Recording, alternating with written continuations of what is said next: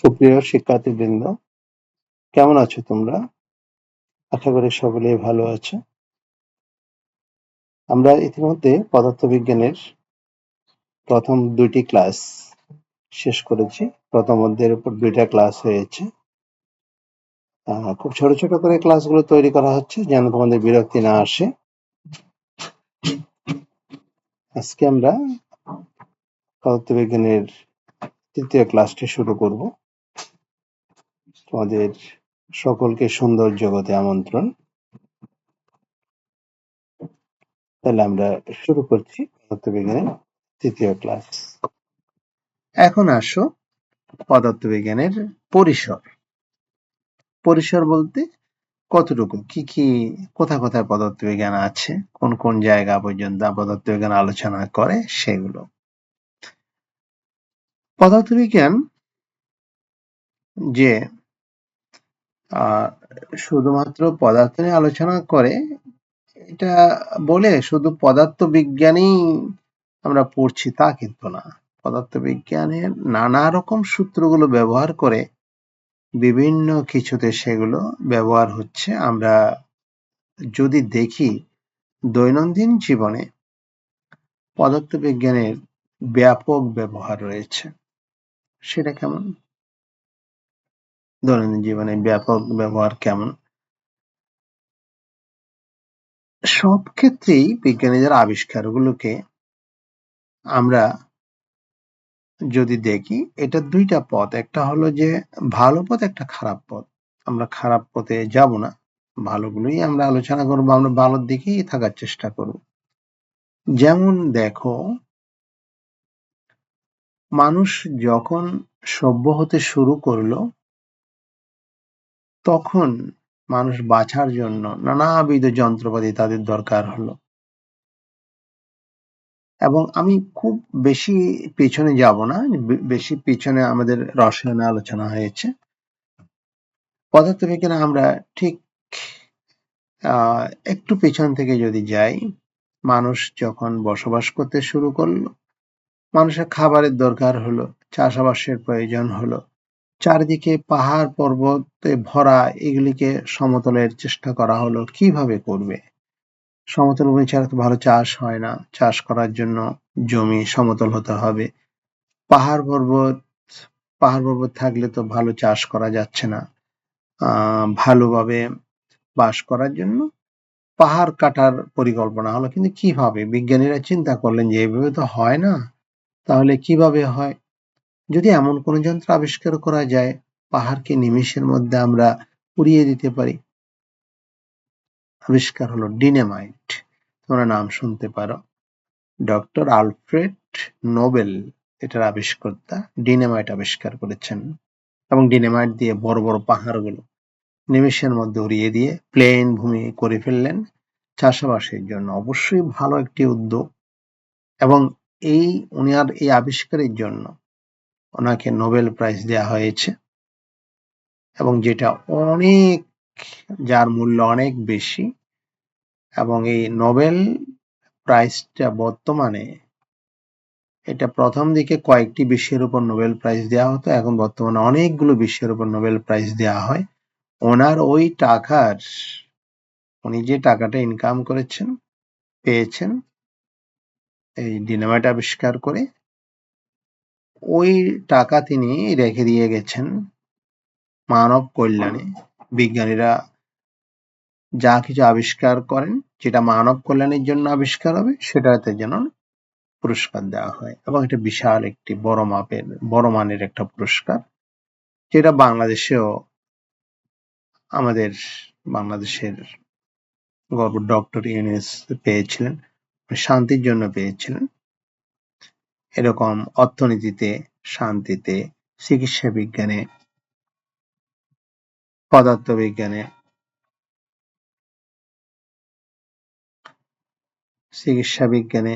পদার্থবিজ্ঞানে, রসায়নে, প্রত্যেকটা জন্য আলাদা আলাদা ভাগে এই পুরস্কারটা দেওয়া হয়ে থাকে প্রতি বছরই।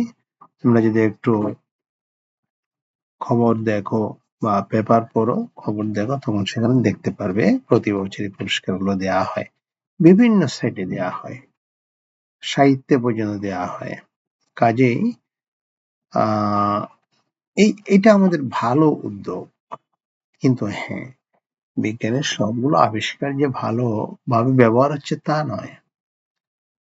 ডিনামাইট মানুষের কল্যাণের জন্য আবিষ্কার হলেও বর্তমানে যে যুদ্ধে ব্যবহার হয়, যেটাকে বোমা বলি আমরা, মানুষ হত্যা করা হচ্ছে। তোমরা দেখো, বিভিন্ন খবরের মধ্যে তোমরা দেখতে পারবে বিভিন্ন স্থানে যে যুদ্ধ হয়, যুদ্ধের মধ্যে এই বোম ব্যবহার করে হাজার হাজার মানুষের প্রাণহানি করা হচ্ছে। এটা অবশ্যই ভালো কাজ নয়। এটার জন্য ডিনামাইট আবিষ্কার হয়নি। এটার জন্য আমরা যিনি আবিষ্কার করছে তাকে দোষ দিতে পারি না। তিনি তো ভালোর জন্য আবিষ্কার করছিলেন, কিন্তু এটা যারা ব্যবহার করছে তাদের দোষ। আমরা চেষ্টা করব বিজ্ঞানীদের আবিষ্কারগুলো ভালো কাজে ব্যবহারের জন্য। আমি একটা উদাহরণ দিলাম, অসংখ্য উদাহরণ আছে। যে বন্দুক দিয়ে যেমন গুলি করে, বন্দুক কেন আবিষ্কার হয়?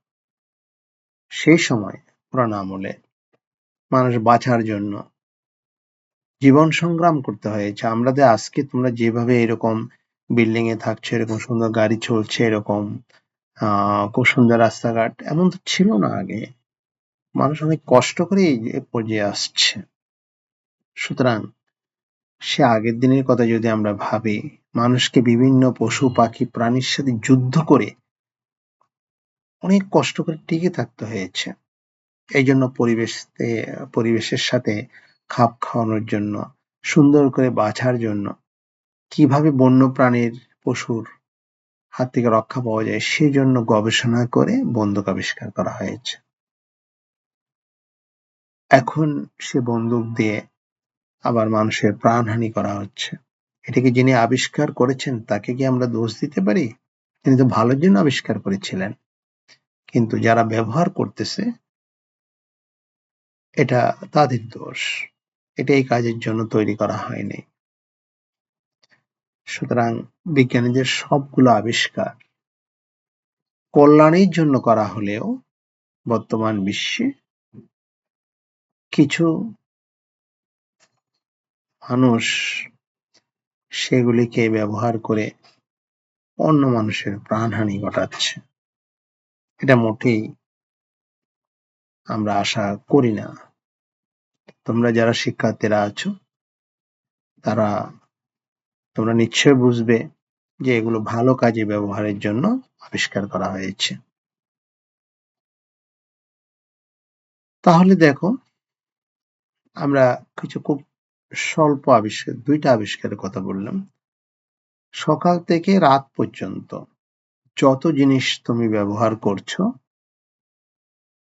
বা তোমার আত্মীয় স্বজন, বাবা মা, ভাই বোন, আমরা সকাল থেকে রাত্র পর্যন্ত যত জিনিস ব্যবহার করছি, সারা দিন রাত বলো, সবগুলোর পিছনে বিজ্ঞানীদের নিরন্তর সাধনায় আবিষ্কার করা জিনিসপত্রগুলো আমরা কোনো না কোনোভাবে ব্যবহার করছি, যা আমাদের দৈনন্দিন জীবনযাত্রাকে ব্যাপকভাবে উন্নত করেছে এবং আমাদের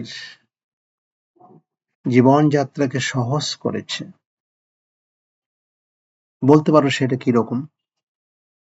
উন্নত করেছে, সহজ করেছে বলতে কি বোঝাচ্ছে? আগের দিনের মানুষেরা গুহায় থাকতো, এক জায়গা থেকে আরেক জায়গায় যাওয়ার সময় হেঁটে হেঁটে যেতে হতো। এখন তুমি ভাবো তো, তুমি তোমার বাসা থেকে স্কুলে যাওয়ার সময় তুমি কত ভাবে যেতে পারো। খুব কাছে না হলে নিশ্চয় হেঁটে যায় না কেউ, কিন্তু তুমি সাইকেলে যাচ্ছ অথবা তোমার পার্সোনাল গাড়িতে যাচ্ছ। এগুলো সবগুলোই যন্ত্র, মেশিন। আর যন্ত্র কারা আবিষ্কার করছে? পদার্থবিজ্ঞানীরা। এটা গেল একটা। স্কুলে যাওয়াটা, এই সুন্দর করে যাওয়াটা, এটা আগে ছিল না। তাহলে এটা আমাদের পদার্থবিজ্ঞানীরা এই যন্ত্র আবিষ্কার করেছে বলে তুমি সেই যন্ত্রের সুফল ভোগ করছো। তোমার অনেক গরম লাগতেছে, ফ্যান চালাচ্ছ, ফ্যানে না হলে এসি চালাচ্ছ। এই এই যন্ত্র, নতুন ধরনের যন্ত্রগুলো, এগুলোর আবিষ্কারও পদার্থবিজ্ঞানীদের মাধ্যমে হয়েছে, যেগুলো তুমি এখন সুফলটা ভোগ করছো। আমাদের সময় আমরা অত সুযোগ পাইনি, অত সুফল আমরা পাইনি, কিন্তু তোমরা এখন পাচ্ছ, সেটা ভোগ করতেছো। এরকম খাবার খেতে ইচ্ছে হল, খাবার একটু গরম করতে ইচ্ছে করলো, মাইক্রোওভেন ব্যবহার করো, চুলা ব্যবহার করো, সবগুলো বিজ্ঞানীদের আবিষ্কার। একটু এখন তো হাতে সবারই মোবাইল, বাকিটা বাদই দিলাম। মোবাইলটা থাকা মানে তোমার বিশ্ব জয় করে ফেলা, একটা বিশ্ব তোমার হাতের মুঠোয়। তুমি যে কোনো কিছু তুমি এখন জিজ্ঞেস করলে মোবাইল উত্তর দিয়ে দিচ্ছে, এআই চলে আসছে, যা কিছু যেটাই তোমার মনে প্রশ্ন আছে উত্তর বললে, তুমি প্রশ্ন করলে উত্তর দিয়ে দিচ্ছে। বিজ্ঞানীদের আবিষ্কার। এবং বলতে গেলে কি, এগুলো সবগুলোর বেসিক বিজ্ঞান ফিজিক্স এর মধ্যে রয়েছে। যারা পদার্থবিজ্ঞান গবেষণা করে আলোচনা, পদার্থবিজ্ঞান মূল বিজ্ঞান হলো যেগুলো এগুলোর পিছনে আছে। সো পদার্থবিজ্ঞান এত বেশি ইম্পর্টেন্ট। তোমাকে এআই দিয়ে পর্যন্ত শেষ করে দিলাম, কারণ তুমি সারাদিন এটা বললে শেষ করতে পারবে না। পদার্থবিজ্ঞান আবিষ্কার তুমি শেষ করতে পারবে না। এটা শুধু এই দিকে না। আচ্ছা, আমি আরেকটা সেট আলোচনা করে দিই। রসায়নের কথা যদি বলি, কেমিক্যালস যে আবিষ্কার হয়, কেমিক্যালস গবেষণা করে যে আবিষ্কার করে, এটা আবিষ্কার করতে যন্ত্র লাগে, গবেষণা করার জন্য যন্ত্র লাগে। ধরো মাইক্রোস্কোপ, অণুবীক্ষণ যন্ত্র, এটা আবিষ্কর্তা কে? তাও তো পদার্থবিজ্ঞানী। হ্যাঁ, কেমিক্যালস তুমি ওষুধ তৈরি করবে, ওষুধ তৈরি করতে নিচে যন্ত্র লাগে, যন্ত্র আবিষ্কার করছে কে? সেটাও পদার্থবিজ্ঞানী। যদি তুমি বলতে পারো চিকিৎসার ক্ষেত্রে যাও, চিকিৎসা যারা করেন ডক্টরেরা, তার তো বায়োলজি মূল সাবজেক্ট, জীববিজ্ঞান পড়তে হয়। জীববিজ্ঞানের সাথেও পদার্থবিজ্ঞান ওতপ্রোতভাবে রিলেটেড, কারণ জীববিজ্ঞানীরা, ধরো ডাক্তারের কথাই ধরো, তোমাকে নানা যে টেস্ট করতে দেয়, টেস্ট করার জন্য যন্ত্র লাগে না, এই যন্ত্রগুলো তো পদার্থবিজ্ঞানীরা আবিষ্কার করছে। দু একটা যন্ত্রের নাম বলতে পারো তো? ECG machine, X ray machine, বেশি না বললেও দুইটা নাম তো বলা যায়, আরো আছে অনেক। সমস্ত যন্ত্রগুলো টেস্ট করার জন্য যে যন্ত্রগুলো রয়েছে, এই সবগুলো যন্ত্রই পদার্থবিজ্ঞানীদের আবিষ্কার করা। সুতরাং বুঝতেই পারতেছ পদার্থবিজ্ঞান চারদিকে, এর পরিসর যে এত বেশি চতুর্দিকে, বলে শেষ হবে না। এখানে পদার্থবিজ্ঞানীরা তোমার বিভিন্ন গবেষণা, তোমরা ওরা এই মহাশূন্যে যাচ্ছে। মহাশূন্য যারা যায়, তাদের যে লাইনটা পড়ার লাইন, সেটা অ্যাস্ট্রোফিজিক্স বলে। অ্যাস্ট্রোফিজিক্স, পদার্থবিজ্ঞান, অ্যাস্ট্রোনমি আর পদার্থবিজ্ঞান, এই দুটো মিলে অ্যাস্ট্রোফিজিক্স। তাদের অ্যাস্ট্রোনমি পড়তে হয়, মহাকাশ বিজ্ঞান পড়তে হয়, কারণ মহাকাশে গেলে তো বিজ্ঞানটা পড়তে হবে। কাজে এখানেও পদার্থবিজ্ঞান জড়িয়ে আছে। তোমার এখানে আছে দেখো, অ্যাস্ট্রোনমি ও পদার্থবিজ্ঞান মিলে অ্যাস্ট্রোফিজিক্স। জীববিজ্ঞান আর পদার্থবিজ্ঞান মিলে বায়োফিজিক্স। রসায়ন বিজ্ঞান আর পদার্থবিজ্ঞানে কেমিক্যাল ফিজিক্স। দেখতেই পাচ্ছ পদার্থবিজ্ঞান সবখানেই আছে, সবগুলোর সাথে জড়িয়ে আছে। মেডিকেল ফিজিক্সের কথা তোমাদের বললাম একটু আগে। তাহলে এইগুলো তুমি পদার্থবিজ্ঞানের সাথে অন্য বিজ্ঞানের যে রিলেটেড কি করে সম্পৃক্ততা, সেটা তুমি বুঝতে পারতেছো এখন। আমাদের ব্যাপকতা অনুসারে বা পড়ার সুবিধার্থে পদার্থবিজ্ঞানটাকে দুই অংশে ভাগ করছে বিজ্ঞানীরা। দেখো, দুই অংশে ভাগ করছে। কি কি অংশগুলো কি কি, সেটা যদি আমরা একটু দেখি। সেটাই তো পদার্থবিজ্ঞান। সেটা কি, এর মধ্যে কি কি আছে, কোন কোন মানে ফিজিক্সের ব্যাপকতা এত বেশি যে এটা ভাগ না করে পড়লে এই এলোমেলো হয়ে যাবে সব, সেই জন্য এটাকে ভাগ করা হয়েছে। যদি আমরা ভাগগুলো যদি একটু দেখি, তাহলে দেখো এই ভাগগুলোর মধ্যে তোমার একটা আছে চিরায়িত পদার্থবিজ্ঞান। তার মধ্যে কি কি আছে দেখ, চিরায়িত পদার্থবিজ্ঞানে কি কি আলোচনা হবে, এটা বল নিয়ে আলোচনা হবে, শব্দ নিয়ে আলোচনা হবে, তাপ নিয়ে, তাপ গতিবিজ্ঞান, বিদ্যুৎ, চৌম্বক, আলো, এগুলো নিয়ে আলোচনা হবে চিরায়িত পদার্থবিজ্ঞানে।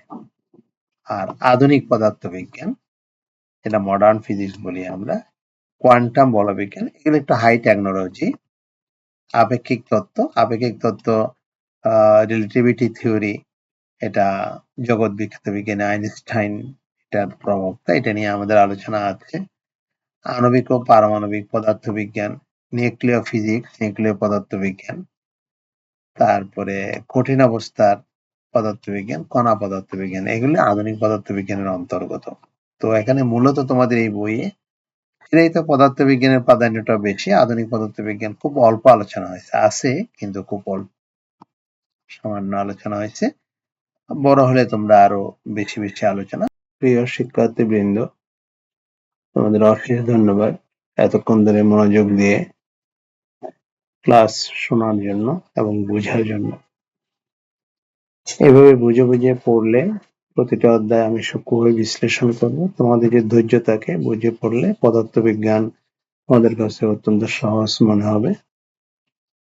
আশা করি সামনের ক্লাস শুনবে এবং লক্ষ্য রাখবে সামনের ক্লাসটা খুব তাড়াতাড়ি রিলিজ হবে। তোমরা মনোযোগ দিয়ে শুনবে, আর যদি কিছু না বুঝো কমেন্ট বক্সে লিখে জানাবে, আর শেয়ার ও লাইক দিয়ে আমার সাথেই থাকবে এবং তোমার যেন প্রথম ক্লাস বেরোবার সাথে সাথে যেন তোমাদের কাছে পৌঁছে যায়। আজকে এখানে শেষ করছি। সকলকে নিরন্তর শুভেচ্ছা। ভালো থাকো সকলে।